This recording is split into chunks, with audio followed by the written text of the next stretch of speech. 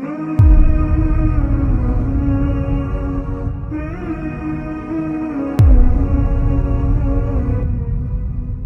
عليكم ورحمة الله وبركاته. الحمد لله رب العالمين والعاقبة للمتقين،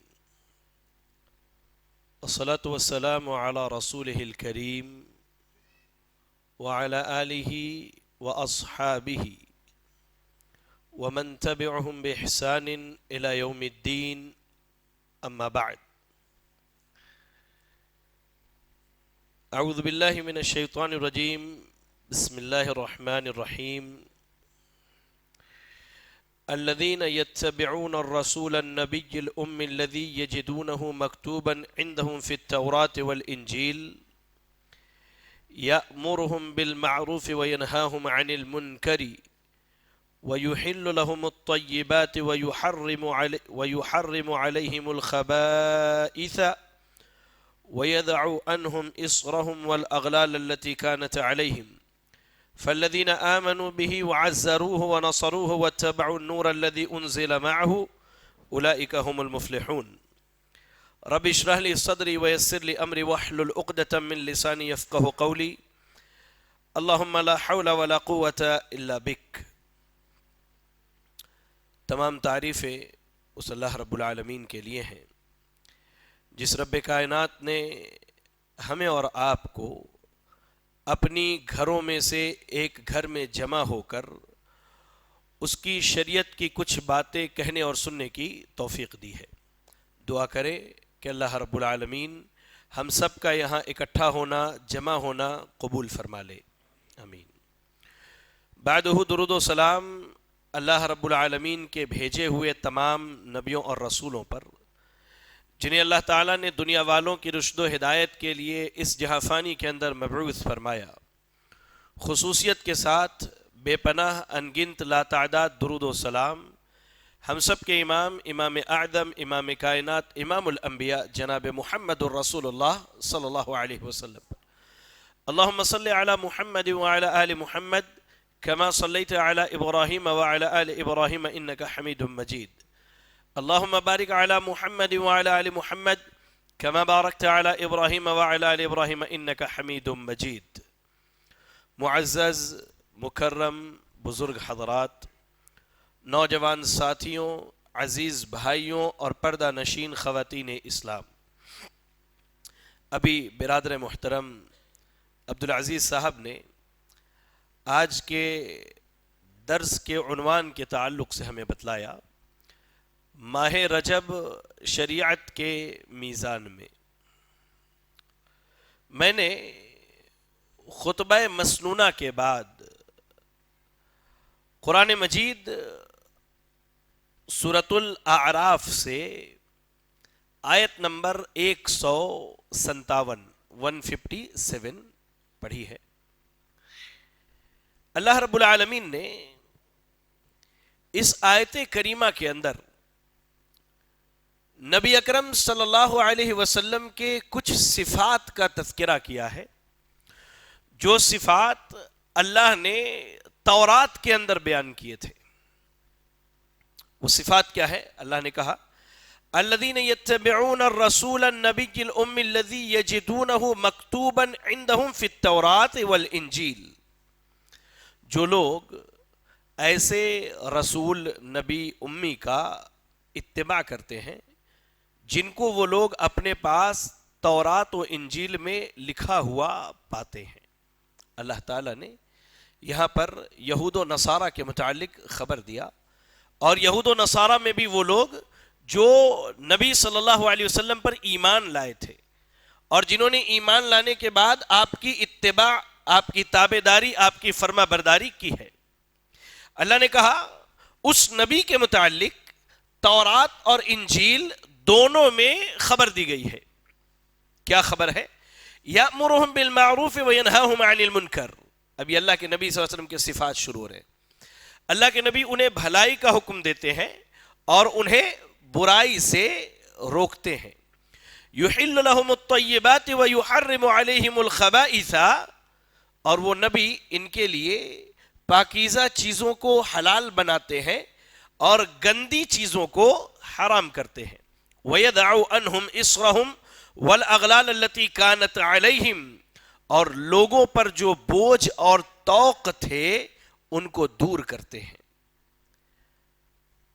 فَالَّذِينَ آمَنُوا بِهِ جو لوگ اس نبی پر ایمان لائے، وَعَزَّرُوهُ اور نبی کی حمایت کی، وَنَصَرُوهُ اور نبی کی مدد کی، وَاتَّبَعُوا النُّورَ الَّذِي أُنزِلَ مَعَهُ اور اس نور کی اتباع کی جو نبی کے ساتھ نازل کیا گیا، اولئک هم المفلحون تو یہی لوگ کامیاب ہونے والے ہیں. اس آیت کا رجب سے کیا تعلق؟ لیکن ایک بہت گہرا تعلق ہے.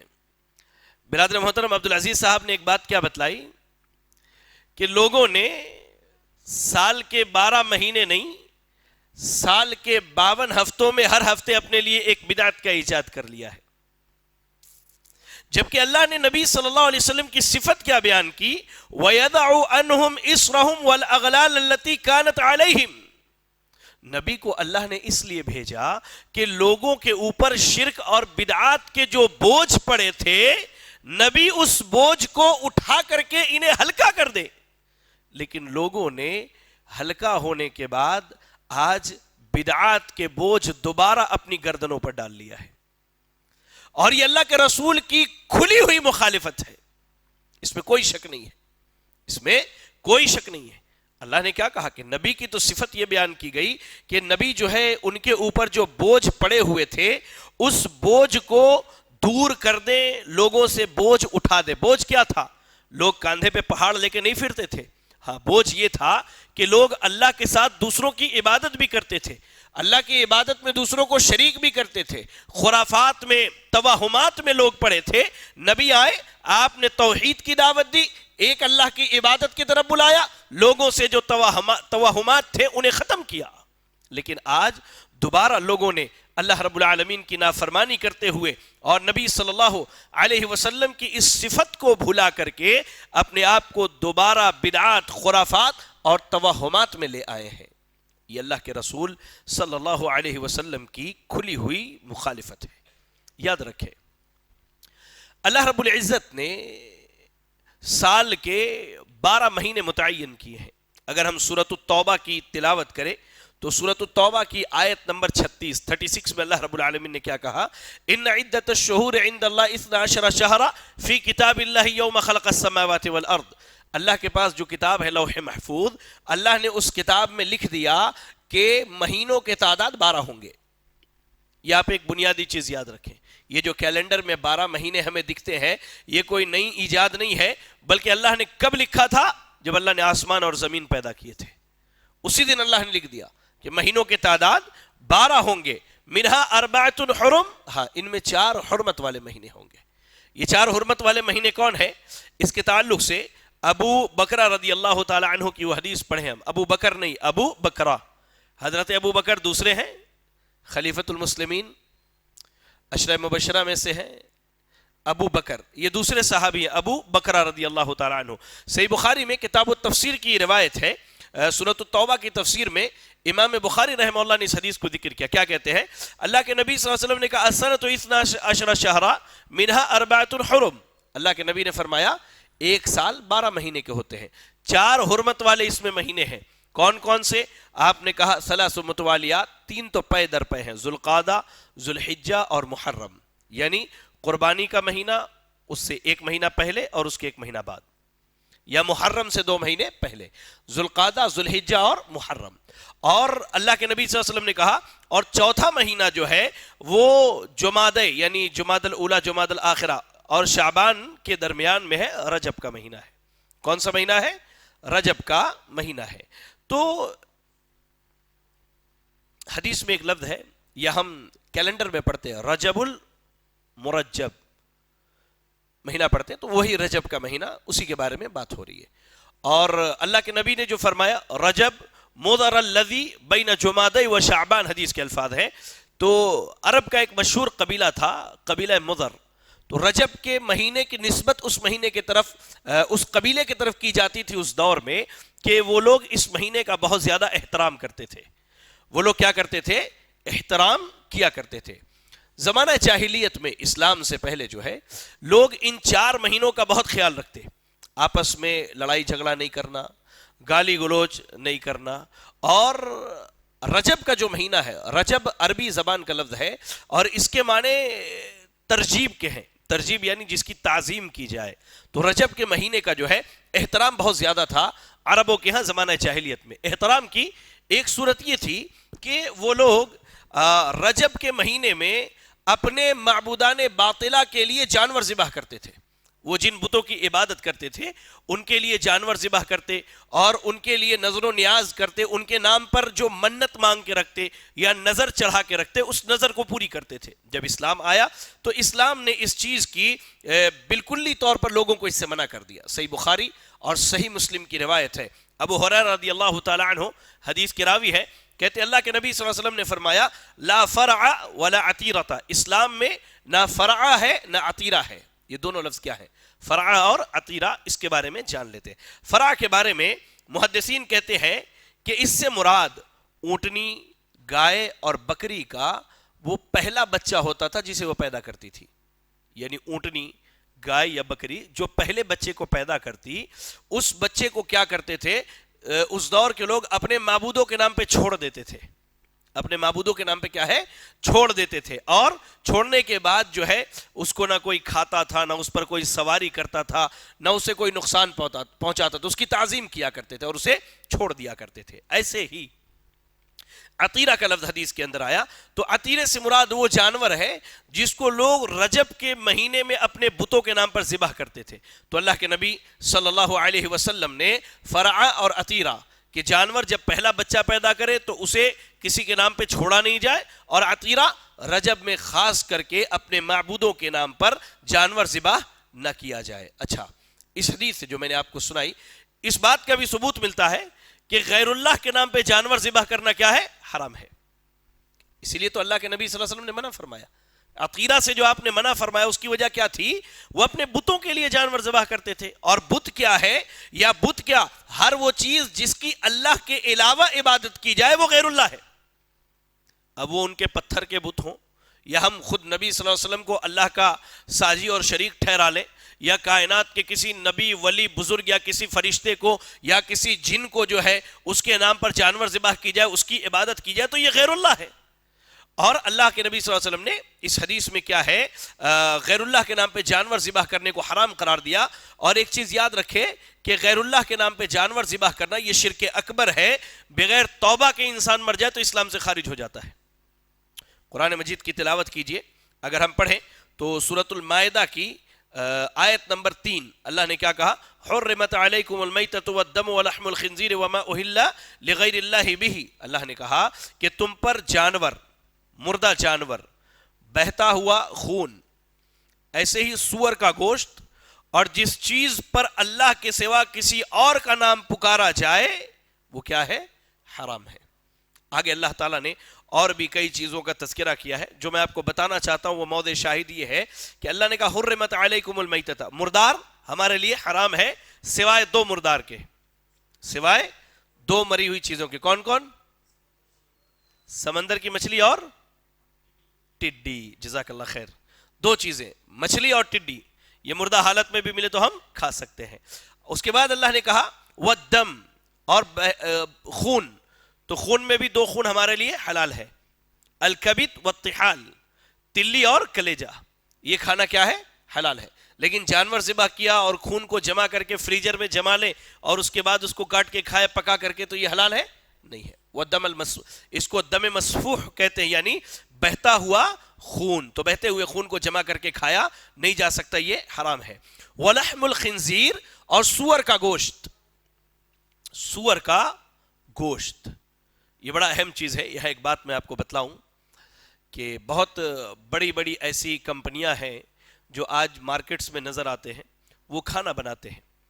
مثال کے طور پر چکن بھی بیچ رہے ہیں, وہ مٹن بھی بیچتے ہیں, اور اس کو فرائی کر کے سپلائی کرتے ہیں. تو کھانے سے پہلے ذرا احتیاط کر لیا کریں. کہ ان کے ہاں پورک یا سور کا گوشت بکتا ہے کہ نہیں. بعض لوگ کہتے نہیں شیخ اس کو الگ تیل میں تلتے, اس کو الگ تیل میں تلتے. میں نے پوچھا ایک بھائی سے آپ نے دیکھا ہے کبھی؟ نہیں میں نے سنا ہے. تو میں نے کہا فارسی کا بہت مشہور جملہ ہے, شنیدہ کب دیدہ باشد, سنا ہوا کب دیکھے ہوئے کی طرح ہوتا ہے. سنی سنائی باتوں پر یقین نہ کریں. کھانے کے معاملے میں اس چیز کا ضرور خیال کریں کہ جہاں بھی جائے حلال کھانے کی, حلال اختیار کرنے کی کوشش کریں. بہرحال وہ ایک ضمناً بات تھی. وما اہل لغیر اللہ بہ, اللہ نے کہا کہ ہر وہ چیز جس پر اللہ کے علاوہ کسی اور کا نام لیا جائے. اور آگے اسی آیت میں ایک لفظ ہے وما ذبح علی النصب, اللہ اکبر. اس سے مراد کیا ہے کہ وہ جانور جسے آستانوں پر ذبح کیا جائے. دو چیزیں ہیں, جس پر اللہ کے علاوہ کسی اور کا نام لیا جائے, اور وہ جانور جسے کسی کے آستانے پر ذبح کیا جائے. یاد رکھیں ایک چیز, یہ دونوں کیا ہے؟ دونوں حرام ہے. ہاں ایک نقطہ یاد رکھیں, اللہ کے علاوہ کسی اور کے نام پر ذبح کیا جائے, گرچہ بسم اللہ پڑھ کے ہی کیوں نہ ذبح کیا جائے, یا کسی آستانے پر ذبح کیا جائے گرچہ بسم اللہ پڑھ کے ہی کیوں نہ ذبح کیا جائے.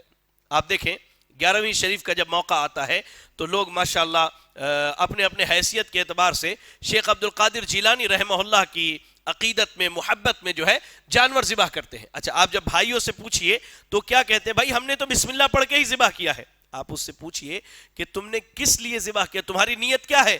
تو نہیں میں یہ نظر جو ہے شیخ عبد القادر جیلانی کے نام پہ چڑھاتا ہوں. اصل نیت کا اعتبار ہے. بسم اللہ پڑھ کے سور ذبح کیا جائے تو وہ حلال نہیں ہوتا ہے. ایسے ہی بسم اللہ پڑھ کے جو چیز غیر اللہ کے نام پہ ذبح کی جائے وہ حلال نہیں ہے. ایسے وما ذبح علی النصب, اور جو آستانوں پر ذبح کیا جائے اس میں بھی اگر غیر اللہ کا نام لیا جائے تو یہ حرام ہے. یہ کیا ہے؟ حرام ہے. اس کا کھانا, اس کا استعمال کرنا حرام ہے. آئیے ایک حدیث میں آپ کو سناؤں, بڑی جامع حدیث ہے. حضرت ثابت بن ضحاک رضی اللہ تعالی عنہ حدیث کے راوی ہیں. سنن نبی داؤد کی روایت ہے. علامہ البانی رحمہ اللہ نے اس کی سند کو صحیح قرار دیا ہے. ایک آدمی اللہ کے نبی صلی اللہ علیہ وسلم کے پاس آیا اور آ کے کہتا ہے اللہ کے رسول میں بوانا نامی مقام پر ایک اونٹ ذبح کرنا چاہتا ہوں. ذرا غور کریں اس حدیث پر. ہمارے یہاں بھی ہوتا ہے کہ میں فلاں آستانے پر ایک جانور ذبح کرنا چاہتا ہوں, فلاں صاحب کی وہاں قبر ہے, میں وہاں ایک جانور ذبح کرنا چاہتا ہوں. اس شخص نے کہا کہ میں بوانا نامی مقام پر ایک جانور ذبح کرنا چاہتا ہوں. تو اللہ کے نبی صلی اللہ علیہ وسلم کے سوال دیکھیے. آپ نے کیا پوچھا؟ هل كان فيها وثن من اوثان الجاہلیت يعبد, جس جگہ تم جانور ذبح کرنا چاہتے ہو کیا وہاں جاہلیت کے بتوں میں سے کسی بت کی پوجا ہوتی تھی؟ تو صحابی نے کہا کہ نہیں. پھر اللہ کے نبی نے سوال کیا هل كان فيها عيد من اعيادهم, کیا وہاں لوگ جشن یا عرس مناتے تھے؟ تو صحابی نے کہا کہ نہیں. تو اللہ کے نبی صلی اللہ علیہ وسلم نے کہا اوف بنظرک, جاؤ جو تم نے نظر اور منت مانی ہے اسے پورا کر لو. اور ایک چیز یاد رکھو, اللہ کی نافرمانی میں کوئی نظر پوری نہیں کرنی ہے, اور نہ ہی ایسی نظر ماننی ہے جس کی ہمیں طاقت نہ ہو, جس کی ہمیں طاقت نہ ہو, ایسی نظر نہیں ماننی ہے. اللہ اکبر. ابھی کل کی بات ہے, میں اور ہمارے دوست عبدالسلام بھائی ہم دونوں گزر رہے تھے بارکس سے. تو آپ پیلی درگاہ کے پاس جا کر کے دیکھیے, عرس دیکھیے آپ وہاں پر جا کر کے. اللہ اکبر. ہم جب کہتے کہ عورتوں کو مسجد آنے دو, انہیں دین سیکھنے کا حق ہے, تو یہ عرس پر بیٹھ کر کے لوگوں کا مال حرام طریقے سے کھانے والے یہی مولوی کہتے کہ عورتیں مسجد جائیں گی تو فتنہ ہوگا, اور انہی کی عورتیں وہی مزاروں پر چکر مار رہی ہیں, سر مار رہی ہیں, میلہ ٹھیلا لگا ہوا ہے, لوگوں کے چلنے کی جگہ نہیں ہے. کیا وہاں فتنے نہیں ہوتے؟ کیا وہاں فتنے نہیں ہوتے؟ اللہ کے نبی نے کہا کہ جہاں عرس منعقد کی جائے وہاں جانور ذبح کرنا حرام ہے, کیونکہ وہ غیر اللہ کے لیے ذبح کیا جا رہا ہے, وہ غیر اللہ کی رضامندی کے لیے ذبح کیا جا رہا ہے. گرچہ آپ بسم اللہ پڑھ کے ذبح کریں وہ ناجائز ہے, وہ حرام ہے. اللہ اکبر. یاد رکھیں حرمت والے مہینوں میں رجب بھی ایک ایسا مہینہ ہے جس میں بہت سارے حرام اور ناجائز کاموں کے ساتھ ساتھ بڑی بڑی بدعتیں انجام دی جاتی ہیں. اور ایک مسلمان کی زندگی میں سب سے بہترین اسوہ اور نمونہ کوئی ہے تو اللہ کے نبی صلی اللہ علیہ وسلم ہے، اور آپ کے بعد وہ صحابہ اکرام رضی اللہ عنہم ہیں جنہوں نے اپنی جان، اپنی مال اور اپنی سانسیں لٹا کر کے اسلام کی خدمت کی ہے اور ہم تک دین پہنچایا ہے۔ لہذا یاد رکھیں، کوئی بھی مہینہ ہو، رجب کا مہینہ ہو، شعبان کا مہینہ ہو، رمضان کا مہینہ ہو، شوال، ذوالقعدہ، ذوالحجہ، محرم، کوئی بھی مہینہ ہو، ہر مہینے کو جو ہے شریعت کے میزان پر تولا جائے گا، شریعت کے میزان پر تولا جائے گا، اور شریعت کا میزان قرآن مجید، اللہ کے نبی کی احادیث یا سنتیں اور صحابہ کا عمل ہے۔ یہ دیکھا جائے گا اس میزان پر کہ اس مہینے میں جو اعمال انجام دیے جاتے ہیں یا جن کی ترغیب دلائی جاتی ہے، کیا وہ اعمال جو ہیں اللہ کے نبی صلی اللہ علیہ وسلم سے یا صحابہ سے ثابت ہے یا نہیں۔ اگر اس میزان میں یہ اعمال کھرے اترتے ہیں تو ہم اور آپ اس پر عمل کریں، اجر ہے اس میں، اور اگر نہیں اترتے تو اس سے بچیں، اللہ کی اس سے پناہ مانگیں، اس سے دور رہیں، ورنہ یاد رکھیں کہ ہمارا ایمان کب لٹ جائے، تباہ ہو جائے، ختم ہو جائے، ہمیں اور آپ کو اس کا احساس تک نہیں ہوگا۔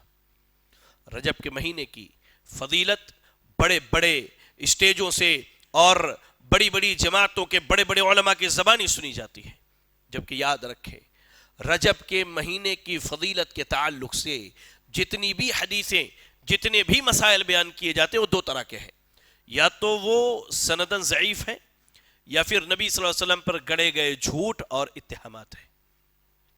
آئیے میں آپ کو بتاؤں رجب میں ہونے والی 3 یا 4 بڑی بدعتیں ہیں۔ پہلی بدعت جو ہے صلاۃ الرغائب کے نام سے ہے۔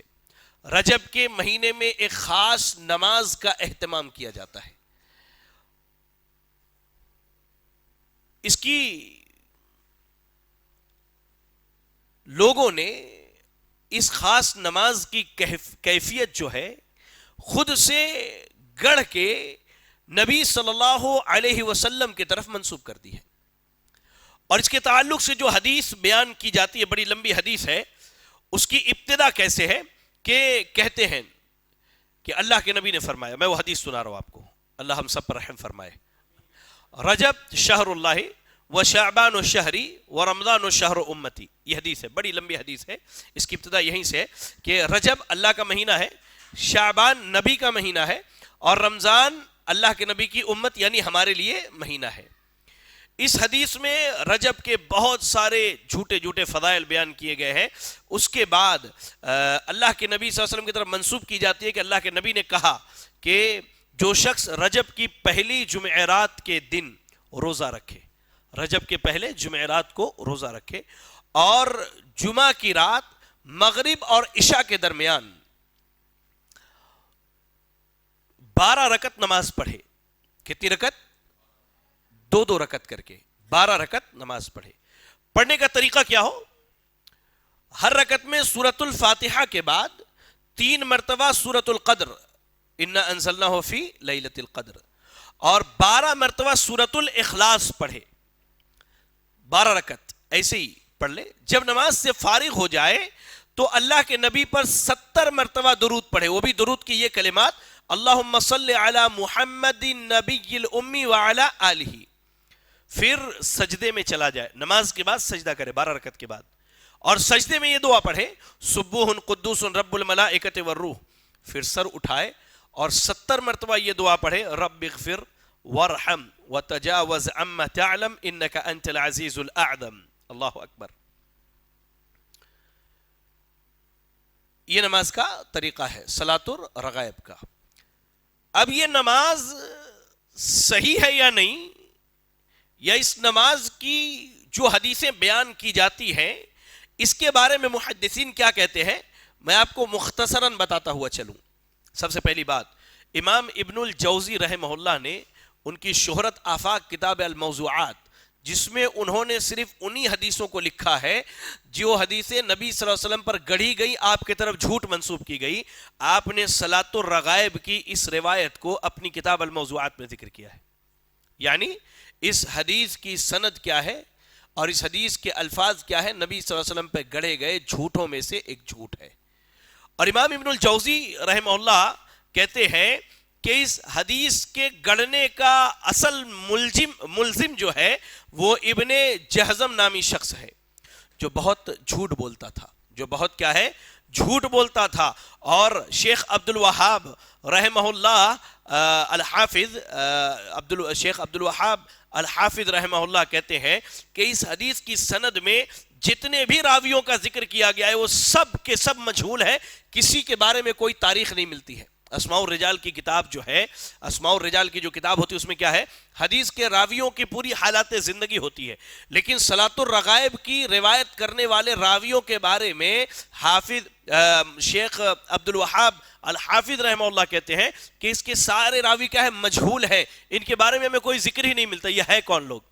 اور اس سے بڑھ کر میں آپ کو بتلاؤں، امام ذہبی رحمہ اللہ کہتے ہیں لعلہم لم یخلقوا، کہ یہ ایسے راویوں سے حدیثیں بیان کی گئی ہے جو ابھی تک پیدا ہی نہیں ہوئے. سبحان اللہ. امام ذہبی رحمہ اللہ کہتے ہیں، اپنے دور کے بہت بڑے یعنی ناقد ہیں آپ اپنی کتاب کے اندر لکھتے ہیں تلخیص الموضوعات کے اندر کہ یہ ایسے راویوں سے روایت کی گئی ہے جو آج تک پیدا ہی نہیں ہوئے ہیں. یعنی صلاۃ الرغائب جو ہے نبی صلی اللہ علیہ وسلم پر گڑی گئی جھوٹوں میں سے ایک جھوٹ ہے. امام ابن رجب حنبلی رحمہ اللہ لطائف المعارف فیما لمواسم العام من الوظائف اپنی اس کتاب میں کہتے ہیں ماہ رجب کے پہلے جمعہ کی رات صلاۃ الرغائب پڑھنے کے متعلق جو احادیث مروی ہے وہ سب کی سب جھوٹی، باطل اور غیر صحیح ہے. اور یہ نماز جمہور علماء کے نزدیک بدعت ہے جو 4 صدی ہجری میں ایجاد کی گئی. نہ یہ نماز نبی کے زمانے میں تھی، نہ یہ نماز صحابہ کے زمانے میں، نہ تابعین کے زمانے میں، بلکہ اس کے بعد کے ادوار میں جو ہے اس کو ایجاد کر لیا گیا. اور اس کے بارے میں محمد بن طاہر الہندی رحمہ اللہ تذکرۃ الموضوعات نامی کتاب کے اندر کہتے ہیں صلاۃ الرغائب موضوع بالاتفاق.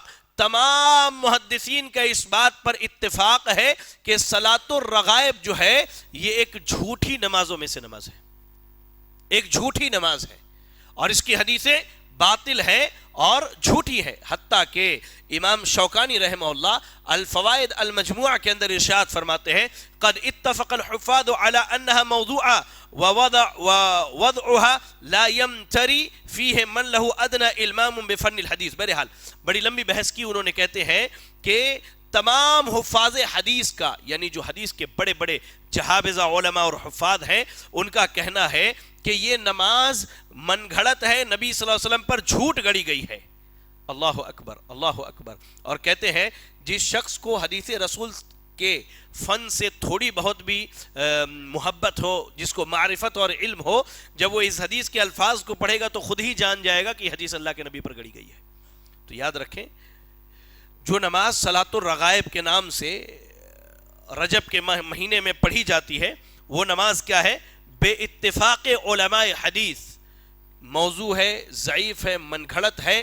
اس نماز سے ہمیں اور آپ کو بچنا چاہیے اور اپنے آپ کو بچا کے رکھنا چاہیے. حتیٰ کہ ہندوستان کے بہت مشہور عالم دین مولانا عبد الحی لکھنوی فرماتے ہیں اپنی کتاب کے اندر ان حدیث صلاۃ الرغائب موضوع باتفاق اکثر المحدثین او کلہم ولا عبرت بمن خالفہم کائنا من کان. کہتے ہیں کہ صلاۃ الرغائب والی حدیث جو ہے یہ من گھڑت ہے، جھوٹی ہے. تمام محدثین نے اس کو جھوٹا قرار دیا ہے. کہتے ہیں کہ اب محدثین کی مخالفت کوئی بھی کر لے، محدثین کی مخالفت کوئی بھی کر لے، اس سے فرق نہیں پڑتا، یہ نماز کیا ہے؟ باطل ہے، جھوٹی ہے. اور ایک چیز یاد رکھیں، اس طرح کی نمازیں جو ہیں ایسی کیفیات کی جو نماز ہے عموماً صوفیوں کے ہاں پائی جاتی ہے. عموماً کیا ہے؟ صوفیوں کے ہاں پائی جاتی ہے. آپ دیکھیں بڑا مشہور عالم دین ہے مہاراشٹر کا ایک شخص ہے فاروق رضوی کے نام سے ہم جسے جانتے ہیں. ایک دن اپنی تقریر میں ایک پیر صاحب کی نماز کا انہوں نے تذکرہ کیا اور کرتے کرتے کہتے ہیں کہ پیر صاحب سجدے میں گئے. ایک نماز میں ایک رکعت میں کتنے سجدے ہوتے ہیں؟ کتنے ہوتے ہیں؟ 2 ہوتے ہیں. 2 رکعت میں 4. کہتے پیر صاحب سجدے میں گئے، اٹھے پھر سجدہ کیا، پھر اٹھے پھر سجدہ کیا، پھر اٹھے پھر سجدہ کیا. اللہ اکبر. یہ نماز میرے نبی کی نماز نہیں ہے. یہ نماز کیا ہے؟ میرے نبی کی نماز نہیں ہے. اور آپ نے کہا صلو کما رأیتمونی اصلی، جیسے مجھے نماز پڑھتے دیکھا ویسے ہی پڑھو. اس کے علاوہ طریقے پر یا اس کے علاوہ کسی اور کہہ لیجئے طریقے پر نماز پڑھی جائے تو وہ نماز اللہ کے ہاں مقبول نہیں ہے، وہ اللہ کے ہاں مقبول نہیں ہے. تو صلاۃ الرغائب جو رجب کے مہینے میں پڑھی جاتی ہے، جیسا کہ میں نے آپ کو محدثین کے اقوال سنائے ہیں، بے اتفاق محدثین کیا ہے، یہ موضوع ہے، یہ غلط ہے اور اس کا وجود کہیں بھی ہمیں نہیں ملتا ہے. اچھا، رجب کے مہینے میں ہونے والی بدعات میں دوسری بڑی مشہور بدعت ہے.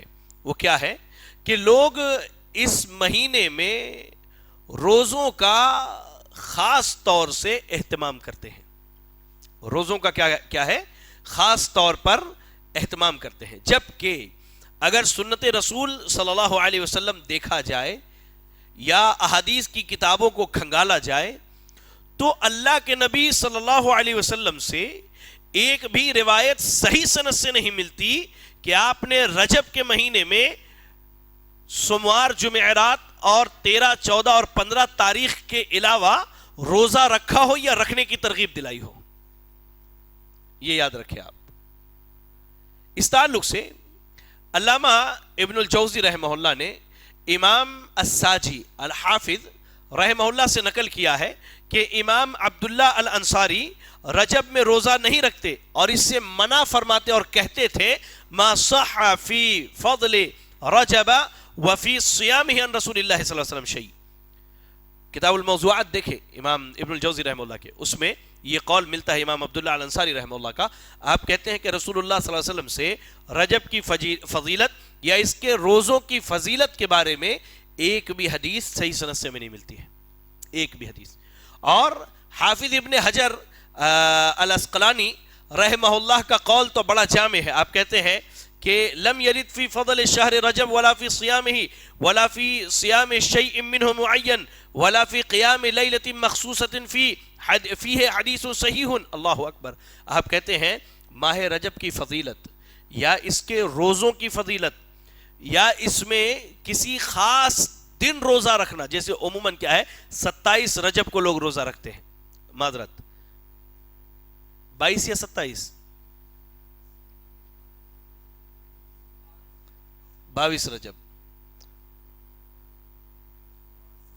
27 کو رکھتے ہیں، بہرحال 27 یا 22 دونوں لے لیتے ہیں. تو کہتے ہیں کہ خاص کر کے یعنی متعین کر کے کسی دن کا رجب میں روزہ رکھنا یہ بھی ثابت نہیں. یا رجب کے راتوں کے تعلق سے کہتے ہیں کہ کسی بھی رات کی کوئی فضیلت بھی ثابت نہیں، اور اس باب میں جو بھی حدیثیں ملتی ہیں ان میں سے کوئی بھی سند کے اعتبار سے صحیح نہیں ہے. کیا ہے؟ صحیح نہیں ہے. اور اس تعلق سے مزید فرماتے ہیں وَأَمَّا الْأَحَادِيثُ الْوَارِدَةُ فِي فَضْلِ رَجَبَ أَوْ فِي فَضْلِ الصِّيَامِ أَوْ صِيَامِ شَيْءٍ مِّنْهُ صَرِيحَةً فَهِيَ عَلَى قِسْمَيْنِ. جو میں نے بات پہلے بتائی، کہتے ہیں کہ رجب کے مہینے کی فضیلت میں یا اس کے روزوں کی فضیلت میں یا ان میں کسی خاص دن کے روزے کے فضیلت میں جو حدیثیں ہمیں ملتی ہیں اس کی دو قسمیں ہیں. پہلی قسم کیا ہے؟ یا تو وہ ضعیف ہے یا پھر وہ کیا ہے، پہلے تو سند کے اعتبار سے ضعیف ہے یا پھر سند کے اعتبار سے موضوع ہے، من گھڑت ہے، اللہ کے نبی صلی اللہ علیہ وسلم پر گھڑی گئی حدیثوں میں سے حدیث ہے. اللہ اکبر. چلیں، جو حدیثیں بیان کی جاتی ہیں رجب کے فضیلت کے تعلق سے یا اس کے روزے کی فضیلت کے تعلق سے، آپ دیکھیں انسان کیا ہے کہ بڑا شارٹ کٹ تلاشنے والا ہے. یہ ہماری عادت ہے، ہم کیا کرتے ہیں؟ شارٹ کٹ تلاش لیتے ہیں. ایک ہفتے نماز مت پڑھیے، جمعرات کے دن فاتحہ کروا لیجئے، آپ کی پوری نمازوں کی ذمہ داری پیر صاحب کے سر پہ ختم. یہ شارٹ کٹ ہے ہمارے پاس. آپ دیکھیں رجب کے روزوں کی فضیلت میں ایک بڑی مشہور حدیث ہے. کہتے ہیں، میں اس کا اردو ترجمہ پڑھ رہا ہوں، آپ سنیے. بے شک رجب کا مہینہ عظمت والا مہینہ ہے. جو شخص ایک دن کا روزہ رکھے اللہ تعالیٰ اس کے لیے 1000 سال کے روزے لکھتا ہے. جو 2 دن رکھے اس کے لیے 2000 سال، جو 3 دن کے روزے رکھے اس کے لیے 3000 سال، جو 7 دن کے روزے رکھے اللہ اس کے گردن کو جہنم سے آزاد کر دیتا ہے. اور جو رجب میں 8 دن کا روزہ رکھے اس کے لیے جنت کے 8 دروازے کھول دیے جاتے ہیں اور کہا جاتا ہے جس دروازے سے چاہو جنت میں داخل ہو جاؤ. اور جو شخص 15 دن کا روزہ رکھے رجب میں اس کی نیکیاں جو ہے اس کے گناہ جو ہے نیکیوں میں بدل دی جاتی ہے اور ایک اعلان کرنے والا آسمان سے اعلان کرتا ہے تمہارے گناہ معاف کر دیے گئے, اب تم نئے سرے سے عمل شروع کر دو. اور جو شخص اس سے زیادہ روزہ رکھے اسے اس سے زیادہ عطا کیا جائے گا. یہ حدیث رجب کے روزے کی فضیلت میں بڑے بڑے عالموں کو ہم نے سناتے ہوئے دیکھا ہے. یاد رکھیں ایک چیز, اس روزے کی فضیلت کی جو حدیث بیان کی گئی ہے اسے امام ابن الجوزی رحمہ اللہ نے اپنی الموضوعات کے اندر نقل کیا. میں پھر کہوں گا کہ یہ الموضوعات کون سی کتاب ہے جس میں سب جھوٹی حدیثوں کو جمع کیا گیا ہے تاکہ امت کو اس بات کا علم ہو جائے. اچھا ایک چیز یہاں یاد رکھیں, بعض امام ذہبی رحمہ اللہ نے, بڑے مشہور عالم دین ہے اپنے دور کے, آپ کہتے ہیں کہ اس حدیث کی سند میں 2 بڑے مشہور جھوٹے راوی ہیں. اب ہم اپنی بات کہیں بغیر دلیل کے تو بھائی کوئی مانے گا نہیں آپ تو وہابی ہیں, آپ ایسے ہی کہتے ہیں, آپ ہر چیز کو بدعت بتاتے. نہیں, آپ خود سے پڑھیے, اسماء الرجال کی کتاب اٹھا کے دیکھیے, اس میں 2 راوی ہیں. پہلا راوی علی ابن یزید اور دوسرا ہارون بن عنترہ نامی. یہ دونوں کیا ہے, اپنے دور کے بڑے بڑے کذاب اور جھوٹے تھے, بڑے بڑے کذاب اور جھوٹے تھے. اور اس کے علاوہ امام ابن عراق رحمہ اللہ نے اسحاق بن ابراہیم الختلی نامی راوی کی بھی نشاندہی کی ہے اور کہا کہ یہ بھی موضوع راوی ہے اور یہ بھی نبی پر جھوٹ بولتا تھا. ایک حدیث کی سند میں 3 موضوع راوی اور ایسے اشخاص ہوں جو اللہ کے نبی صلی اللہ علیہ وسلم پر جھوٹ گڑتے ہوں, اب اس کے بعد اگر کوئی ان حدیثوں کو قبول کر لے تو میں سمجھتا ہوں کہ اس سے بڑا احمق اس سرزمین پر کوئی نہیں ہے. اور آگے آئیے, ایک اور چیز, ایک اور حدیث بیان کی جاتی ہے, اس کا بھی ترجمہ سنیں کہ جو آدمی رجب میں 1 دن کا روزہ رکھے اور اس میں 4 رکعت اس طرح پڑھے کہ پہلی رکعت میں 100 مرتبہ آیت الکرسی اور دوسری رکعت میں 100 مرتبہ سورۃ الاخلاص, تو اس کی موت نہیں آئے گی یہاں تک کہ وہ جنت میں اپنا ٹھکانہ دیکھ لے. اب بھائی ایسی فضیلت بیان کی جائے تو کوئی تو بھی مان لیتا, جانے دو بھائی پوری زندگی نماز نہیں پڑھا, کم سے کم یہ نماز تو پڑھ ہی لیتا ہوں میں. اب وہ کرتا ہی بیچارہ, کیا کہتے ہیں, مرتا کیا نہ کرتا. اب وہ اپنے بارے میں اپنے اعمال کی فکر کر کے پریشان ہے, لیکن وہ جب یہ شارٹ کٹ دیکھتا ہے تو کر لیتا ہے.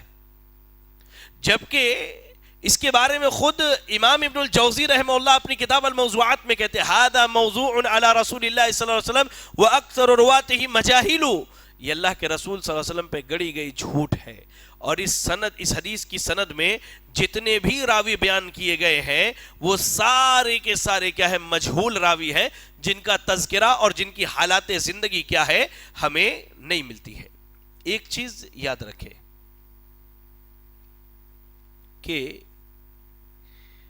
بعض ہمارے بھائیوں نے ایک چور دروازہ کھولا ہے کہ بھائی ہم جو ہے اگر فضائل میں ضعیف حدیثوں کو اور موضوع حدیثوں کو بیان کر دیں تو اس میں کیا حرج ہے. لوگوں کو ترغیب دلانے کے لیے, لوگوں کو دین کے قریب کرنے کے لیے وہ کیا کرتے ہیں کہ ہم فضائل کی حدیثوں کو بیان کر دیتے ہیں. ایک چیز یاد رکھیں کہ حدیث فضائل کے باب میں بھی ضعیف اور موضوع روایتوں کو نہیں بیان کرنا چاہیے. کیوں؟ اس کی ایک دلیل سنیے. صحیح بخاری صحیح مسلم کی روایت ہے, پہلے یہ دلیل سن لیجیے آپ. اللہ کے نبی صلی اللہ علیہ وسلم نے کہا من کذب علی متعمدا فلیتبوأ مقعدہ من النار. جو میرے اوپر جان بوجھ کے جھوٹ بولے وہ یقین کر لے کہ اس کا ٹھکانہ جہنم ہے. اللہ اکبر. اس حدیث کے بارے میں امام ابن الجوزی رحمہ اللہ نے کہا کہ اس حدیث کو 98 صحابہ نے روایت کیا, 98. اس کے علاوہ امام ابن صلاح رحمہ اللہ لکھتے ہیں کہ اس حدیث کو 62 صحابہ نے روایت کیا ہے, جس میں عشرہ مبشرہ صحابہ بھی شامل ہیں. آپ سوچ کے دیکھیں, اللہ کے نبی نے کہا کہ جو میرے اوپر جھوٹ بولے وہ اپنا ٹھکانہ جہنم بنا لے. آپ نے یہ نہیں کہا کہ احکام میں جھوٹ نہیں بولو، فضائل میں جھوٹ بول دو. موضوع اور ضعیف روایت ہے کہ یہ در حقیقت جھوٹ ہے. در حقیقت کیا ہے؟ جھوٹ ہے. اور اس حدیث کو جو ہے یعنی سمجھ لیجئے کہ ایک یہ پہلے تو جان لیں یہ متواتر حدیث ہے جسے صحابہ کی ایک بہت بڑی جماعت نے روایت کی ہے، بہت بڑی جماعت نے. اور امام نووی رحمہ اللہ کہتے ہیں کہ نبی کریم صلی اللہ علیہ وسلم پر جھوٹ گڑنا حرام ہے اور گناہ کبیرہ میں سے ہے. اللہ اکبر. ان کبیرہ گناہوں میں سے ہے جو سب سے بڑے گناہ ہے. اللہ اکبر. اور بڑی برائیوں میں سے ایک برائی ہے، چاہے وہ افطرا پردازی، آگے جو کہتے چاہے وہ جھوٹ جو ہے آپ احکام کے باب میں بیان کرے یا ترغیب و ترہیب کے باب میں یعنی فضائل کے باب میں یا لوگوں کو ڈرانے کے لیے بیان کرے. تو یاد رکھیں ہر حال میں جو ہے احادیث کا گڑنا یہ حرام ہے. جھوٹی حدیثوں کو بیان کرنا چاہے احکام ہو یا فضائل ہو جائز نہیں. بلکہ امام نووی رحمہ اللہ کہتے ہیں کہ پچھلے دور میں ایک کرامیہ فرقہ تھا. کرامیہ فرقہ یہ بدعتیوں کا فرقہ تھا. یہ نبی صلی اللہ علیہ وسلم پہ حدیثیں گڑتے تھے اور جھوٹی حدیثوں کو بیان کرنے کی اجازت دیتے تھے. علماء کا اس بات پر اجماع بھی ہے کہ حدیثوں کو گڑنا یہ کرامیہ فرقہ کے لوگوں کا کام تھا. وہ حدیثیں بھی گڑتے تھے اور اس کو بیان کرتے تھے. ایسے ہی اللہ کے نبی صلی اللہ علیہ وسلم نے ان پر جھوٹ گڑنے کے تعلق سے ارشاد فرمایا کہ لا تکذبوا علی فإنه من کذب علی فلیلج النار. صحیح بخاری کی روایت ہے. آپ نے کہا کہ تم مجھ پر جھوٹ نہ گڑو کیونکہ جو شخص مجھ پر جھوٹ گڑھے وہ یقیناً جہنم میں جائے گا. اللہ اکبر. اللہ اکبر. یاد رکھیں نبی صلی اللہ علیہ وسلم پر جھوٹ گڑنا کیا ہے یا جھوٹ بولنا یہ حرام ہے. اب وہ جھوٹ جو پچھلے لوگوں نے ضعیف حدیثوں کی صورت میں بولی یا پھر موضوع احادیث کی صورت میں بولا ان کو سنانا ان کو بیان کرنا یہ کیا ہے؟ ناجائز ہے، حرام ہے. ہاں اس کے بارے میں محدثین نے ایک بڑا بہترین اسلوب پیش کیا ہے. خطیب بغدادی رحمہ اللہ نے کہا ہے کہ محدث پر واجب ہے کہ وہ من گھڑت باطل اور موضوع احادیث میں سے کوئی حدیث روایت نہ کرے، اور جو شخص ایسا کرے وہ واضح گناہ کا مرتکب اور کذابین کے گروہ میں ہے. ہاں ایک مسئلہ یہاں یہ ہے کہ جو بھی ہم حدیثیں بیان کرتے ہیں اگر وہ سند کے اعتبار سے ضعیف ہیں یا موضوع ہیں تو ہمیں چاہیے کہ ہم وہ بتلا دیں لوگوں کو کہ بھائی میں نے یہ جو حدیث بیان کی ہے اس پر صحیح حدیثیں تو ملتی ہے ہمیں، لیکن یہ جو حدیث میں نے بیان کی ہے کیا ہے؟ یہ ضعیف ہے یا موضوع ہے. تو ہماری یہ ذمہ داری کیا ہے کہ ہم لوگوں کو بتلا دیں. لہذا یاد رکھیں رجب کا مہینہ ہو یا اس کے علاوہ جو دیگر مہینے ہیں ان مہینوں کے تعلق سے جو بھی حدیثیں بیان کی جاتی ہیں وہ حدیث کیا ہے؟ ضعیف ہے، موضوع ہے. اور ایک حدیث وہ جو بڑی مشہور ہے وہ کیا ہے کاظم بھائی؟ کل آپ مجھے بتلا رہے تھے. نہیں رجب کے تعلق سے. ہاں اللہم بارک لنا رجب و شعبان وبلغنا رمضان. یہ بھی ان حدیثوں میں سے ہے جو بڑی جھوٹی اور من گھڑت ہے. اس کا چلن بہت ہے ہمارے نوجوانوں کے پاس، واٹس ایپ پر آتے کی خلاص مسئلہ حل. اور ایک چیز میں آپ کو بتلانا چاہوں، ایک حدیث اور انٹرنیٹ پر عام ہے ابھی کہ جو سب سے پہلے رمضان کی خوشخبری سنائے اس کے لیے کیا ہے؟ جنت ہے. مطلب مذاق ہو رہا ہے، مذاق ہے یہ سب چیزیں. لوگ سمجھتے ہیں کہ جنت جانا مذاق ہے، جہنم سے بچ جانا مذاق ہے. لوگ سمجھتے نہیں.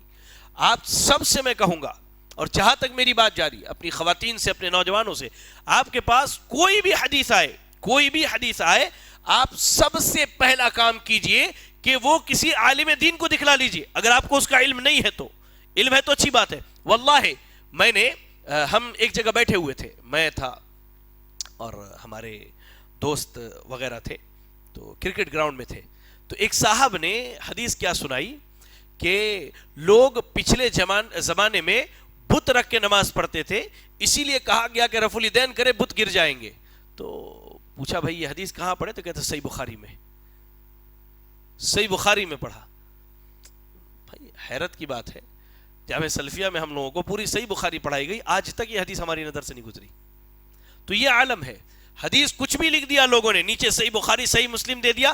ہمارے نوجوان بیچارے کیا کرتے, علم نہ ہونے کی صورت میں, ہاں بھائی صحیح بخاری لکھا ہے نا, کافی ہمارے لیے, دوسروں تک پہنچا دیا. نہیں, آپ کی ذمہ داری ہے کہ آپ پہلے تحقیق کیجئے اس کی, پہلے اس کو جانچ لیجئے, پرکھ لیجئے, اس کے بعد آپ پہنچائیے. کیوں؟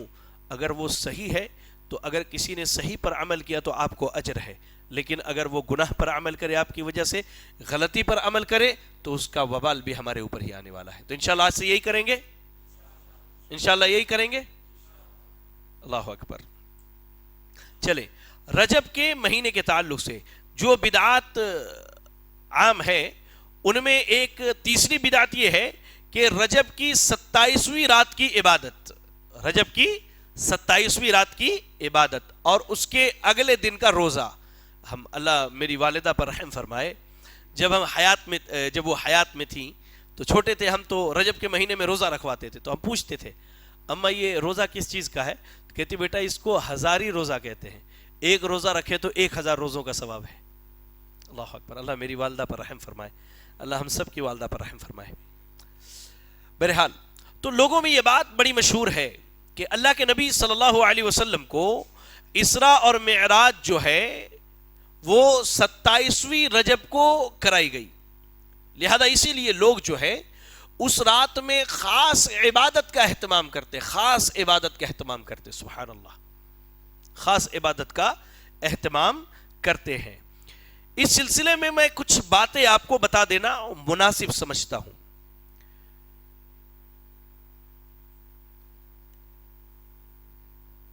عید آپ کتنی تاریخ کو مناتے ہیں؟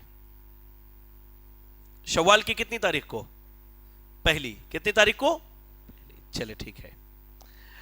عید الاضحیٰ ذی الحجہ کی کتنی تاریخ کو مناتے ہیں؟ 10 تاریخ کو.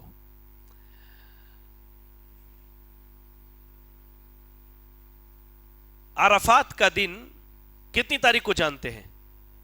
9 تاریخ کو. ٹھیک ہے. اس میں کسی کا اختلاف ہے؟ نہیں. کیوں نہیں ہے اختلاف؟ وجہ کیا ہے اختلاف نہ ہونے کی؟ صحیح حدیث موجود ہے. بارک اللہ فیکم. اور عمل رہا ہے, یہ اصل مدعا ہے. صحیح حدیث موجود ہے اور عمل رہا ہے.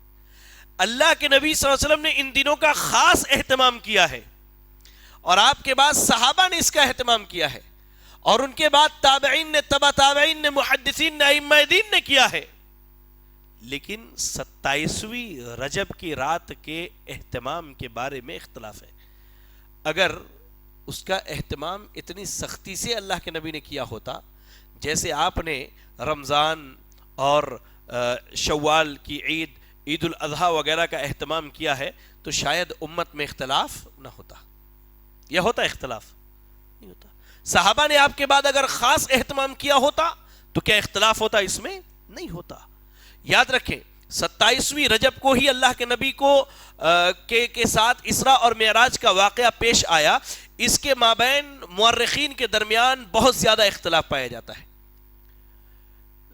بعض لوگوں نے تو یہاں تک ذکر کیا ہے کہ تقریباً 10, اور ایسے ہی مولانا صفی الرحمن مبارک پوری رحمہ اللہ نے, جو الرحیق المختوم ہم کتاب پڑھتے ہیں, انہوں نے 6 اقوال ذکر کیا ائمہ کے کہ کیا ہے فلاں تاریخ کو, فلاں تاریخ کو. ایک قول کیا ہے کہ ہجرت سے 1 سال پہلے ربیع الاول کے مہینے میں ہوا, یعنی نبوت کے 12ویں سال. اور ایسے ہی ایک قول یہ ذکر کیا جاتا ہے ہجرت سے 6 ماہ پہلے ہوا. ایک قول یہ ہے کہ ہجرت سے 8 مہینے پہلے معراج کا واقعہ پیش آیا. ایک قول یہ کہ ہجرت سے 11 مہینے یہ واقعہ پیش آیا. تو کسی نے کچھ اپنے اپنے اعتبار سے بیان کیا ہے. لیکن اس تعلق سے جو یہ قول کہا جاتا ہے کہ 27 رجب کو پیش آیا, جو لوگ یہ کہتے ہیں کہ ہجرت کا واقعہ جو ہے, جو لوگ یہ کہتے ہیں کہ نبوت کے 10ویں سال 27 رجب کو پیش آیا. نبوت کے کتنے سال؟ 10ویں سال 27 رجب کو. تو اس کے بارے میں مولانا صفی الرحمن مبارک پوری رحمہ اللہ نے بڑی بہترین وضاحت کی ہے. کہتے ہیں کہ یہ قول کہ 27 رجب کو پیش آیا نبوت کے 10ویں سال, یہ صحیح نہیں ہے. اس کی وجہ انہوں نے بڑی مضبوط دی. آپ کہتے ہیں کہ 5 وقت کی نمازیں جو ہے حضرت خدیجہ رضی اللہ تعالی عنہا کے وفات کے بعد فرض ہوئی ہیں. کب فرض ہوئی ہے؟ حضرت خدیجہ رضی اللہ تعالی عنہا کی وفات کے بعد، یعنی نبوت کے 10ویں سال ماہ رمضان میں. اللہ اکبر. حضرت خدیجہ رضی اللہ تعالی عنہا جو ہے نبوت کے 10ویں سال رمضان میں فوت ہوتی ہیں. نبوت کے 10ویں سال رمضان میں. تو رجب کا مہینہ جو ہے رمضان سے پہلے آتا ہے یا رمضان کے بعد؟ رمضان سے پہلے. تو انہوں نے اس چیز کو دلیل بنائی ہے کہ حضرت خدیجہ رضی اللہ تعالیٰ عنہ نبوت کے 10ویں سال فوت ہوتی ہے رمضان میں، اور نماز معراج میں فرض ہوئی ہے. تو یہ ممکن ہی نہیں کہ 27 رجب کو معراج ہوئی ہو. بڑی بہترین انہوں نے قوی دلیل دی ہے. ہاں، جو صحیح قول ہے جس پر اکثر و بیشتر ائمہ کا عمل ہے وہ یہ ہے کہ ہجرت سے 1 سال پہلے ربیع الاول کے مہینے میں پیش آیا ہے. یعنی 12 نبوت ماہ ربیع الاول میں پیش آیا ہے. اس کی دلیل کیا ہے؟ کہتے ہیں کہ امام زہری اور امام عروہ ابن زبیر رحمہم اللہ کا یہ قول ہے کہ بیت المقدس کی طرف آپ کو جو سیر کرایا گیا یہ آپ کی مدینہ روانگی سے 1 سال قبل ہے. اور ان کا یہ قول جو ہے یہ یاد رکھے، اصل مدعا یہ ہے. کیوں یہ میں بھی اس کا قائل ہوں، کیوں یہ زیادہ صحیح ہے؟ آپ کہتے ہیں کہ ان کا یہ قول موسیٰ بن عقبہ رحمہ اللہ نے اپنی تاریخ میں ذکر کیا ہے، جو صحیح بخاری اور صحیح مسلم کے راویوں میں سے ہیں. اور ان کے بارے میں امام یحییٰ ابن معین رحمہ اللہ کہتے ہیں کہ سیرت کی کتابوں میں موسیٰ ابن عقبہ کی کتاب جو انہوں نے امام زہری سے روایت کی ہے سب سے صحیح کتاب ہے. امام موسیٰ ابن عقبہ رحمہ اللہ نے اپنی سیرت کی کتاب میں یہ لکھا ہے کہ نبی صلی اللہ علیہ وسلم کو جو معراج کرائی گئی وہ ربیع الاول کا مہینہ تھا اور نبوت کا 12واں سال تھا، یعنی ہجرت سے 1 سال پہلے. یہی سب سے زیادہ صحیح قول ہے. چلیں مان لیتے ہیں تھوڑی دیر کے لیے مان لیتے ہیں بالفرض کہ 27ویں رجب کو ہی معراج کرائی گئی. ہم مان لیتے ہیں. اس سے یہ ثابت نہیں ہوتا کہ اس رات جو ہے کسی خاص عبادت کا اہتمام کیا جائے. اگر مسئلہ ایسا ہی تھا تو بھائی آج کے مسلمان نبی کی اتباع میں ابو بکر، عمر، عثمان، علی، معاویہ، ابو ہریرہ، دیگر تمام صحابہ رضی اللہ عنہم وارضہ سے آگے نکل گئے ہیں. یہ ایسی سنت پر عمل کر رہے ہیں جس کا علم ابو بکر صدیق رضی اللہ تعالیٰ عنہ کو ہوا ہی نہیں. ان کو علم کہ 27 رجب کو بھی عبادت کرنی ہے رات کو جاگ کے. اگر ہوا ہوتا تو وہ عبادت کرتے. یہ ایسی سنت پر عمل کر رہے ہیں جس کا علم حضرت عمر رضی اللہ تعالیٰ عنہ کو نہیں ہوا. یہ ایسی سنت پر عمل کر رہے ہیں جس کا علم حضرت عثمان رضی اللہ تعالیٰ عنہ کو نہیں ہوا. یہ ایسی سنت پر عمل کر رہے ہیں جس کا علم حضرت علی رضی اللہ تعالیٰ عنہ اور دیگر تمام صحابہ اور صحابیات کو نہیں ہوا. سب یہ ایسی سنت پر عمل کر رہے ہیں جس کا علم اللہ کے نبی صلی اللہ علیہ وسلم کی سب سے قریبی چہیتی بیوی ام المومنین عائشہ صدیقہ رضی اللہ تعالیٰ عنہ کو بھی نہیں ہوا. آج لوگ ایسی سنت پر عمل کر رہے ہیں. 27ویں رجب کی عبادت اور صبح میں روزہ رکھنا، اللہ رب العالمین کی پناہ، یہ بڑی بدعات میں سے کیا ہے؟ بدعت ہے. اس کے بارے میں مولانا عبد الحی لکھنوی رحمہ اللہ کے ایک قول سنا کے اپنی بات کو آگے بڑھاؤں. کہتے ہیں کہ مشتہر فی بلاد الہند وغیرہ ان صوم صباح تلک اللیلۃ یعدل الف صوم فلا اصل لہ. کہتے ہیں کہ جو بلاد ہند میں یعنی ہندوستان اور پڑوسی ممالک میں جو یہ مشہور ہے کہ شب معراج کی صبح کو روزہ رکھنا 1000 روزوں کے برابر ہے، تو کہتے ہیں کہ یہ بالکل بے بنیاد بات ہے، اس کی کوئی دلیل نہیں ہے. لہذا شب معراج منانا کیا ہے؟ یہ سنت سے ثابت نہیں ہے.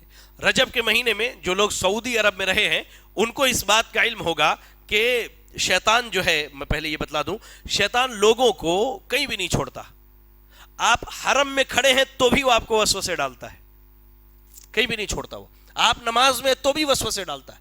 تو یہاں سے جن کو بدعت کی عادت ہوتی ہے وہ ماشاءاللہ رجب کے مہینے میں جو ہے خاص عمروں کا اہتمام کرتے ہیں. مدینے میں رہے تو بھی دیکھیں ہمارے کاظم بھائی سر ہلا رہے ہیں وہ ماشاءاللہ ایک لمبے عرصے تک سعودی عرب میں. اللہ تعالیٰ ان پر رحم فرمائے، ان کے اہل و عیال پر رحم فرمائے، آمین. جو لوگ رہے ان کو معلوم ہے کہ اہل بدعت جو ہے خاص کر کے رجب کے مہینے میں عمرے کا اہتمام کرتے ہیں اور اسے عمرہ رجبیہ کہا کرتے ہیں، جبکہ سنت سے یہ چیز ثابت نہیں ہے کہ اللہ کے نبی صلی اللہ علیہ وسلم نے جو ہے رجب کے مہینے میں عمرہ کیا ہو. میں اس تعلق سے ایک دلیل تو صحیح بخاری صحیح مسلم کی روایت ہے، حضرت انس رضی اللہ تعالی عنہ کا بیان ہے کہ اللہ کے وسلم نے 4 عمرے کیے ہیں، اللہ اکبر، اور وہ 4 عمرے جو ہیں کہتے ہیں حضرت انس رضی اللہ تعالیٰ عنہ کے سب ذوالقعدہ کے مہینے میں تھے، سوائے ایک عمرے کا جو آپ نے ذوالحجہ کے مہینے میں حج کے ساتھ کیا ہے۔ پہلا عمرہ اللہ کے نبی نے حدیبیہ کے مقام سے کیا جو ذوالقعدہ میں پیش آیا۔ دوسرا جو پہلا عمرہ جو آپ عمرے کے لیے گئے تھے جب صلح حدیبیہ ہوا وہ ذوالقعدہ کے مہینے میں پیش آیا۔ دوسرا عمرہ اس کے بعد والے سال جو گئے وہ بھی ذوالقعدہ کے مہینے میں پیش آیا۔ تیسرا عمرہ جو ہے غزوہ حنین کے بعد آپ نے کیا جعرانہ نامی جگہ سے احرام باندھ کر کے، وہ بھی ذوالقعدہ میں پیش آیا۔ ہاں، چوتھا عمرہ جو اللہ کے نبی صلی اللہ علیہ وسلم نے کیا ہے وہ حج کے ساتھ کیا ہے، اور حج تو رجب کے مہینے میں نہیں ہوتا۔ حج رجب کے مہینے میں ہوتا ہے نہیں، ذوالحجہ کے مہینے میں ہوتا ہے۔ تو رجب کے مہینے میں عمرہ کرنا اور یہ سمجھنا کہ یہ افضل ہے، بہت بہتر ہے، بڑے ثواب کے لائق ہے، تو یہ ہماری بدعتوں میں سے ایک عظیم اور بڑی بدعت ہے۔ اور ایک آخری مسئلہ، رجب کے مہینے میں کی جانے والی بدعات میں ایک غلیظ قسم کی بدعت ہے رجب کے کنڈے۔ رجب کے کنڈے یہ غلیظ قسم کی بدعات میں سے ہے۔ اس کی کئی بنیادی وجوہات ہیں۔ پہلی وجہ تو یاد رکھیں، رجب کے یہ کنڈے جو ہے امام جعفر صادق رحمہ اللہ کے نام پر کیے جاتے ہیں، اور اس کے تعلق سے ہمارے بدنصیبی ہم ہندوستانیوں کی کہہ لیجئے کہ اس بدعت کو یہیں سے رواج ملی۔ ہندوستان کے ایک شخص نے ایک کتاب لکھی داستان عجیب کے نام سے، داستان عجیب کے نام سے، اللہ اکبر، اور کہہ لیجئے سونے پر سہاگا کہ اس کے اوپر بالی ووڈ میں ایک فلم بھی ہے نماز اور نیاز کے نام سے۔ شاید یہاں اکثریت کو معلوم نہ ہو، یہ میں نے بچپن میں اپنی ماں سے سنا تھا کہ اس کے اوپر لوگوں نے ایک فلم بھی بنا کے رکھا۔ وجہ یہ ہے کہ ہمارے ننیحال میں یہ کنڈا ہوا کرتا تھا، بچپن سے ہم نے دیکھا ہے، بچپن سے ہم نے دیکھا ہے واللہ۔ تو میں پوچھتا تھا کیوں، کاہے کے لیے، تو بتاتی تھی کہ ایک فلم ہے نماز اور نیاز کے نام سے، اس میں ایک آدمی کا واقعہ بیان کیا گیا جو بڑا پریشان حال تھا، محتاج تھا، اور اس کے خواب میں غالباً امام جعفر صادق آیا اور بتایا کہ 22 رجب کو کنڈا کر لو اور میرے نام کا فاتحہ دلوا لو، تمہاری ساری پریشانی دور، اور اس کی پریشانی دور ہو گئی۔ سبحان اللہ، یہ مسئلہ ہے۔ اور یہ جو بات ہے کہ رجب کے کنڈے کے تعلق سے، اس کے بارے میں آپ کو 2 چیزیں بنیادی بتلاتا ہوں، جن مسلمانوں تک میرا پیغام جا رہا ہے وہ بھی سنیں، اور جو یہاں موجود ہے وہ بھی سنیں۔ رجب کے کنڈوں کے تعلق سے 2 بڑی بنیادی باتیں جو ہماری اکثریت نہیں جانتی، خاص کر کے وہ لوگ جو اپنے اہل سنت والجماعت ہونے کا دعویٰ کرتے ہیں اور انہیں اس بات کا علم بھی نہیں کہ رجب کے کنڈے کیوں کیے جا رہے۔ وہ کیا کہتے ہیں؟ انا وجدنا آباءنا، ہم نے اپنے باپ دادا کو ایسے ہی پایا، ہم انہی کی راہ پر چل کے ہدایت یافتہ ہے۔ آپ کو معلوم ہونا چاہیے کہ رجب کے کنڈوں کے ذریعہ سب سے بڑے شیطان شیخ شدو یا نرسوں کی عبادت ہوتی ہے۔ شاید آپ لوگوں کو نہ معلوم ہو، رجب کے کنڈوں کے ذریعہ نرسوں یا شیخ شدو جو شیطان ہے سب سے بڑا، اس کی عبادت ہوتی ہے۔ آپ کو معلوم ہے رجب کا جب کھیر پکایا جاتا ہے کنڈوں کے لیے، میں نے دیکھا ہے، میں سنی سنائی باتیں نہیں کرتا، میں نے دیکھا ہے اپنے ننیحال میں، ہم رات کو چلے جاتے تھے دیکھنے کے لیے کیا ہوتا ہے۔ عورتیں نہا دھل کر کے صاف ستھرا ہو گئی، اس کے لیے لکڑی بھی الگ ہے، چولہا بھی بالکل نیا ہونا چاہیے، برتن بھی صاف ستھری ہونی چاہیے، نہا دھل کر کے گھر کو پورا صاف ستھرا کر دیا گیا، اور اس کے بعد جو ہے کھیر بنائی جاتی ہے، پوڑیاں تلی جاتی ہے۔ کھیر بنانے کی کیفیت، کھیر بنایا اور اس میں چاندی کی ایک انگوٹھی ڈال دی جاتی ہے، آپ کو معلوم ہونا چاہیے، چاندی کی انگوٹھی ڈال دی جاتی ہے۔ بننے کے بعد 4 چھوٹے گھڑے لائے جاتے ہیں، چھوٹے چھوٹے، اور اس میں کھیر بھر دیا جاتا ہے اور پڑیاں بھر دی جاتی ہے۔ اس کو چاروں کو سجا دیا، لال رنگ کا ایک کپڑا اس پر ڈال دیتے ہیں، لال رنگ کا ایک کپڑا ڈال دیتے ہیں، پھول کے مالے پہنا دیے جاتے ہیں۔ اللہ کی قسم، میں سنی سنائی بات نہیں کروں، میں نے دیکھا ہے لوگوں کو آ کر کے اس کنڈے کے سامنے منت مانتے ہوئے، اور کیسے منت مانتے ہیں، سجدے میں گر جاتے ہیں، کنڈے کو ہاتھ سے پکڑ کے سجدے میں گرتے اور کہتے دعا کرتے ہیں اس میں امام جعفر صادق سے. اور میں نے جب پوچھا ایک خاتون سے کہ یہ کیا ہو رہا ہے تو وہ کہتی ہے کہ بیٹا اگر کنڈا گھوم گیا تو تمہاری مراد پوری ہو جائے گی. یہ رجب کے کنڈے کی حالت ہے. اور وہ جو انگوٹھی ڈالی جاتی ہے اس کی بنیادی وجہ یہ ہے کہ جس کے کھانے میں وہ انگوٹھی نکل گئی آئندہ سال اب اس کو بھی وہ کنڈا کروانا ہے. اگر وہ نہ کروائے تو شیطان نرسوں اسے زندہ رہنے نہیں دیتا. میں نے دیکھا ہمارے علاقے میں ایک گھر کے اندر اس شیطان کی پوجا ہوتی تھی. بیچارے توحید سے محروم تھے, توحید نہیں جانتے تھے. اس گھر کے لوگوں کی حالت ایسی ہو گئی گویا کہ وہ سب سے بڑے دیوانے اور پاگل ہیں ہمارے یہاں. لیکن اگر توحید کا علم ہوتا, توحید جانتے تو یہ سمجھتے کہ پریشانی جتنی بڑی بھی آئے وہ اللہ کی طرف سے ہے, مسئلہ نہیں ہے. وہ شیطان ہو, نرسو ہو اور شیخ شدو ہو, ابلیس ہو, کوئی فرق نہیں پڑتا ایمان والے کو. وہ رب کے علاوہ کسی کے آگے نہیں جھکتا, وہ رب کے علاوہ کسی کی بھی نہیں سنتا. رجب کے کنڈوں میں پہلی خرابی کہ لوگ باضابطہ اس کنڈے کو سجدہ کرتے ہیں اور وہ شیطان کی عبادت کی جاتی ہے. اچھا اور ایک بات سناؤں, آپ نے کھا لیا, کھانے کے بعد آپ عام نالی میں ہاتھ نہیں دھل سکتے, معلوم کی نہیں, بیسن میں ہاتھ نہیں دھل سکتے. ایک بڑا سا ڈبہ یا بکٹ رکھا ہوا رہتا, آپ کو ہاتھ وہیں دھلنا ہے, پلیٹ بھی وہیں دھلے جائیں گے. یعنی یہ اتنا مخصوص طریقے سے شیطان کی عبادت ہوتی ہے کہ اس کا ایک چیز زمین پہ نہیں گرنا چاہیے. ہوتا کیا ہے پھر, شام کو دریا کنارے سارے لوگ جاتے ہیں اور جا کر کے دریا میں وہ کنڈے بھی بہا دیے جاتے ہیں. ٹھیک ہے, وہ کنڈے بھی بہا دیے جاتے ہیں, وہ پھول بھی بہا دیا جاتا ہے, اور وہ جو گندا پانی جمع ہوا ہے وہ بھی بہا دیے جاتے ہیں. ایک دم پری پلان شیطان کی عبادت رجب کے کنڈوں کے ذریعہ ہوتی ہے, جو اکثریت ہماری نہیں جانتی ہے, جو اکثریت ہماری نہیں جانتی ہے. اور دوسری خرابی رجب کے کنڈوں کے تعلق سے, در حقیقت امام جعفر صادق رحمہ اللہ نہ 22 رجب کو پیدا ہوئے نہ 22 رجب کو ان کی وفات ہوئی ہے. یہ اہل سنت کے دعوے دار, یہ جو لوگ آج کنڈوں میں پڑے ہوئے, ان کو بھی نہیں معلوم ہے کہ امام جعفر صادق نہ 22 تاریخ کو پیدا ہوئے اور نہ 22 تاریخ کو ان کی وفات ہوئی ہے رجب کے مہینے میں. در حقیقت 22 تاریخ کو مجاہد آدم کہیے, میں کہتا ہوں ان عظیم مجاہدوں میں سے ایک مجاہد سیدنا معاویہ رضی اللہ تعالی عنہ کی وفات ہوتی ہے.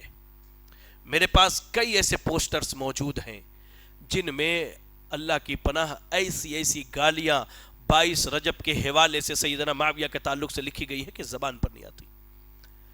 واللہ ایک رافضی لکھتا ہے عبارت کہ 22 رجب کو کنڈے کرو, اور اس ظالم اعوذ باللہ سیدنا معاویہ رضی اللہ تعالیٰ عنہ کے تعلق سے لکھتا ہے کہ اسے جو ہے نعوذ باللہ جہنم کے حوالے کر دو. یہ اہل سنت کے نوجوان جو اپنے آپ کو سنی کہتے, شیعہ سنی بھائی بھائی کے نعرے لگاتے ہیں, واللہ میں ہمیشہ کہتا ہوں کہ شیعہ تمہارے ہی بھائی ہیں, اور اللہ تو حشر بھی ان کا انہی کے ساتھ کرنا. ہم نہیں ہیں ان کے بھائی, یہ ہمارے بھائی نہیں ہو سکتے. ہمارے بھائی صحابہ ہیں, ہمارے بھائی صحابہ ہیں, ہمارے بھائی تابعین ہیں, تبع تابعین ہیں, اور وہ تمام لوگ ہیں جو اللہ کے رسول صلی اللہ علیہ وسلم کے دین پر عمل کرنے والے. شیعہ ہمارے بھائی نہیں ہیں, ہم یہ نعرہ نہیں لگاتے. یہ جو شیعہ سنی بھائی بھائی کے نعرے لگاتے انہیں بتلائیے, یہ جو تم 22 رجب کے کنڈے کرتے ہو در حقیقت تم معاویہ رضی اللہ تعالیٰ عنہ سے اپنے بغض کا اعلان کرتے ہو. اور یاد رکھو, جس سینے میں معاویہ کا بغض ہے رضی اللہ عنہ وارضا, کائنات کے رب کی قسم ہے وہ سینہ کبھی جنت میں نہیں جا سکتا, نہ وہ صاحب سینہ کبھی جنت میں جا سکتا ہے. یہ 22 رجب کا جو کنڈا کیا جاتا ہے کوئی عام بات نہیں ہے, یہ بہت بڑی بدعت ہے. ایک تو شیطان کی عبادت, دوسری سیدنا معاویہ رضی اللہ تعالیٰ عنہ کی گستاخی کی جاتی ہے. یہ سمجھنا چاہیے ہم نوجوانوں کو, ہمارے اہل سنت والجماعت کے نوجوانوں کو, ہماری خواتین کو, کہ آپ کو دین کے نام پر اتنی بڑی بدعت میں مبتلا کیا گیا ہے کہ اسی پر اگر خاتمہ ہو جائے تو آپ کی موت کیا ہے, ایسی موت ہوتی ہے جس موت کے بعد اللہ تعالیٰ نے جنت کو ہمیشہ ہمیشہ کے لیے حرام کر کے رکھا ہے. لہذا یاد رکھے, رجب کے مہینے میں جو بھی بدعتیں انجام دی جاتی ہے ان میں سے کوئی بھی چیز صحیح سند سے ثابت نہیں ہے, نہ نماز رغائب کے تعلق سے, نہ ہی رجب کے روزوں کے تعلق سے, نہ ہی 27 رجب کی رات کی عبادت اور اس کے صبح کے روزے کے تعلق سے، نہ ہی 22 رجب کے کنڈوں کے تعلق سے. اور جو لوگ بھی اس میں پڑے ہیں، جو ان بدعات سے گھرے ہوئے ہیں، میں آپ سے گزارش کرتا ہوں آپ ہماری نہ سنیں، ہمارا چہرہ نہ دیکھیں، کم از کم آپ اللہ کے نبی صلی اللہ علیہ وسلم کی تو سن لیں، کم از کم نبی صلی اللہ علیہ وسلم کی زندگی کا مطالعہ تو کر لیں. چلے وہی سیرت کی کتاب پڑھیں جو آپ کے مسلک کے عالم نے لکھا ہے، اور دیکھیں کیا نبی صلی اللہ علیہ وسلم نے کبھی 27 رجب یا 22 رجب کو اس طرح کی بدعتیں کی ہے جو آج معاشرے میں عام ہے. آپ ہماری نہ سنیں، میں نہیں کہتا آپ میری سنیے، آپ اپنے علماء کی کتابیں ہی پڑھ کر کے دیکھیے، اپنے جید علماء کی تعلیمات پڑھ کر کے دیکھیے کیا اللہ کے نبی صلی اللہ علیہ وسلم نے ایسا کیا اور کرنے کا حکم دیا. اور نہیں تو کم سے کم امام جعفر صادق رحمہ اللہ کی جو ہے صحیح سیرت تو آپ پڑھ کر کے دیکھیے، کیا کبھی یہ ممکن ہے کہ امام جعفر صادق رحمہ اللہ جو اہل بیت میں سے ہے وہ لوگوں کو یہ حکم دے کہ میرے نام پر تم بدعت کرو، میرے نام پر نذر و نیاز کرو؟ اور یہی رہ گیا تھا کہ دین مطلب ایک عقیدہ ہے صوفیوں کا عقیدہ ہے، اور شیعوں کا در حقیقت یہ عقیدہ، بعد میں یہ صوفیوں میں آیا ہے. کیا عقیدہ ہے؟ دین جو ہے سینہ بسینہ پہنچتا ہے، اور دین نبی نے مکمل نہیں پہنچایا، کچھ چیزیں باقی رہ گئی جو شیعوں کے ائمہ یا صوفیوں کے اولیاء آ کر کے پورا کرتے ہیں. اور یہ میں سمجھتا ہوں انہی بدعات میں سے ہے جو 1400 سال بعد ایجاد کی گئی. اس اتنے بڑے اجر اور ثواب کا علم میرے نبی کو نعوذ باللہ نہیں تھا، اور نبی نے اپنی امتیوں کو نہیں بتلایا، جبکہ ہمارا ایمان اور عقیدہ ہے کہ اللہ کے نبی صلی اللہ علیہ وسلم نے ہر وہ خیر کی بات بتلائی جو ہمارے لیے خیر ہے، اور ہر اس شر سے ہمیں آگاہ کیا جو ہمارے لیے شر ہے. لہذا یاد رکھیں، ان بدعات سے بچنا ہے، اپنے دین ایمان کی حفاظت کرنی ہے. اللہ سے دعا کریں کہ اللہ رب العالمین مجھے، آپ کو اور تمام اہل اسلام کو ماہ رجب اور دیگر تمام مہینوں کے بدعات سے بچنے کی توفیق عطا فرمائے. الہ العالمین تو ہم سب کو خالص دین اسلام پر عمل کرنے کی توفیق عطا فرما دے. الہ العالمین تو ہم سب کو سنت رسول صلی اللہ علیہ وسلم پہ عمل کرنے کی توفیق عطا فرما دے. الہ العالمین ہم میں جو پریشان حال ہے اللہ تو ان کی پریشانیوں کو دور فرما دے. اللہ ہم میں جو بیمار ہیں تو انہیں شفا کامل عاجل عطا فرما دے. اللہ ہم میں جو مقروض ہیں تو انہیں قرض کی ادائیگی کی توفیق عطا فرما دے. اللہ ہمارے جو نوجوان اپنے رزق کے معاملات میں پریشان حال ہیں اللہ تو ان کے رزق کے معاملات کو آسان کر دے. اللہ ہماری جو بہنیں اپنے گھروں میں اپنے رشتوں کے لیے بیٹھی ہیں اللہ تو ان کے لیے بہترین دیندار رشتوں کا انتخاب فرما دے. اللہ تو جب تک دنیا میں زندہ رکھ، دین اسلام پر زندہ رکھ، اور ہمارا خاتمہ ہو تو ایمان و اسلام کی حالت میں ہو. وآخر دعوانا ان الحمدللہ رب العالمین. جزاکم اللہ خیرا، بارک اللہ فیکم. السلام علیکم ورحمۃ اللہ وبرکاتہ. مزید علماء اور مقررین کے بیانات سننے کے لیے ہمارے YouTube چینل کو سبسکرائب کیجیے. جزاک اللہ.